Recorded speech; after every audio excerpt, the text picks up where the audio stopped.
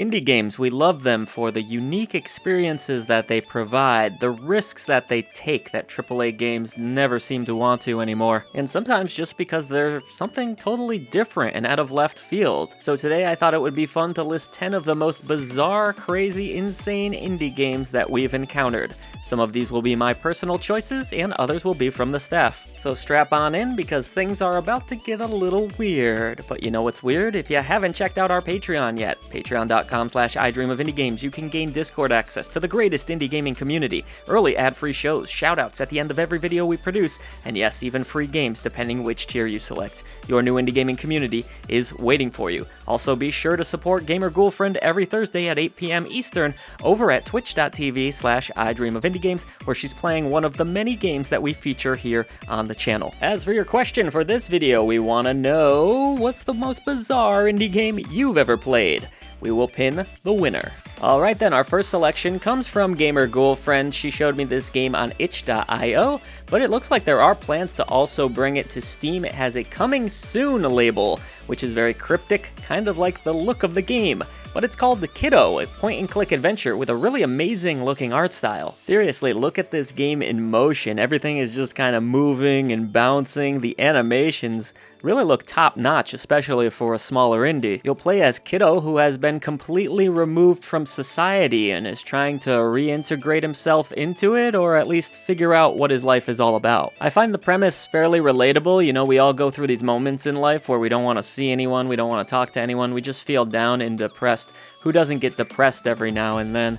And I think this hits on some of those themes. But sometimes what keeps us going in those moments are the people that do care about us and love us. And so I'm really excited to see how Kiddo will explore these themes further, and I hope it comes out very soon. As for now, there is a playable demo over on itch.io, so you can try Kiddo for yourself. It is obviously not the complete version, but it will give you a good taste of what you can expect. So if this looks interesting to you, I highly recommend downloading the demo now. Next on our list is going to be a very recent release, but I feel like it was impossible not to include this game because it is one of the most bizarre titles that I've ever played, and that's a game called INDIKA. Now, INDIKA is a really fascinating title for many reasons. For one, you're playing as a nun, and INDIKA is a fascinating character because she's having an inner conflict of sorts. She thinks there's this devil living in her head, or maybe there is a devil living in your head. You have to play to find out. And she's beginning to question her upbringing, her religion, her faith.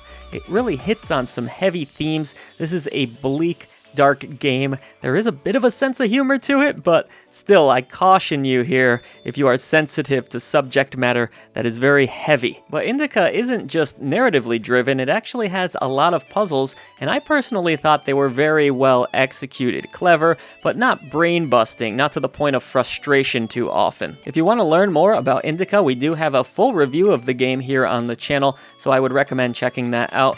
But this game definitely at least belongs on your wish list. I don't think it's for everyone, but hey, that's kind of what this list is all about. Bizarre, crazy games. And if you're watching this video, there's a good chance this one will at least pique your interest. Moving along, this next recommendation came from Barely Magic Mike, who had a bunch of them actually. Shout out to Barely Magic Mike, thanks for your help with this list.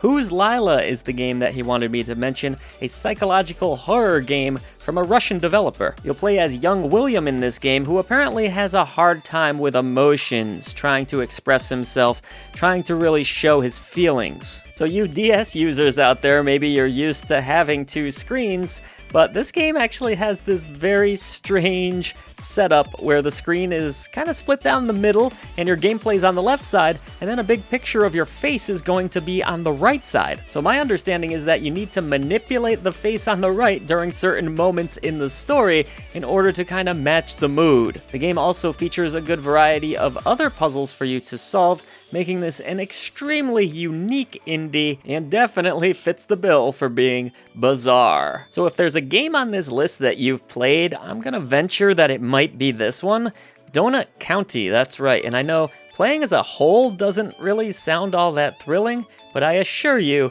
it is very exciting in the world of Donut County to suck everything in from the ground up. Donut County does feature an adorable story, but it's just how simple and satisfying the gameplay is that I remember the most about it.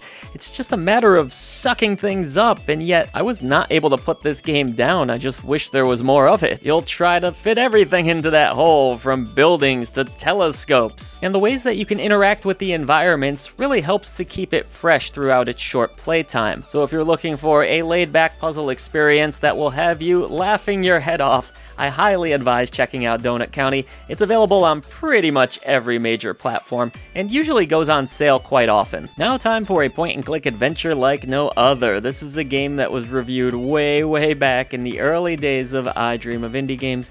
April 9th, 2020 is when this launched. Wow, I've been doing this for way too long, haven't I? It comes from Joe Richardson, and it's called the Procession to Calvary. This was a spiritual successor to another game that I personally did not play called Four Last Things, and obviously if you look at the art here, it's all based on Renaissance-era paintings. The effect is not only visually striking, but it produces hilarious results. This game has an amazing sense of humor. Your choices also play a pretty critical role in how things ultimately play out. You can choose to kill off certain characters, or you might spare them. The optional murder system brings a new kind of humor to this game that I didn't know I wanted, but I oh so enjoyed. So if you're up for a laugh, some challenging puzzles, and traditional point-and-click gameplay at times, then I definitely recommend this one. The Procession to Calvary is normally priced at $9.99, but it does also go on sale, and is sometimes available in the Joe Richardson bundle, where you can net yourself a few of his games all at once. Another suggestion next from Barely Magic Mike, we're gonna turn to a Wunderdoktor, where you'll play as a traveling doctor tasked with curing various diseases around the world. This game also features a dark but fun sense of humor, if you couldn't tell, along with a variety of different concoctions for players to discover. You won't be traveling alone either, as a gargoyle will assist you. While the gameplay seems rather simplistic, having you rely on basic clicks and some time management here or there, the odd art design, fascinating characters, and unusual premise offer enough reasons to at least give this one a look. And at $10.99 USD, it won't break the bank. Take charge of the Trebum in a game that really feels like it came and went quickly, called The Eternal Cylinder. Taking place in an extremely dangerous world that's suffering a harsh climate, you'll attempt to survive the Cylinder, a massive structure that threatens to annihilate anything that remains in its path.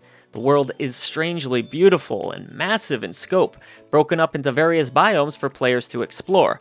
Your Trebum creatures can be mutated and learn a wide variety of different abilities to help them survive.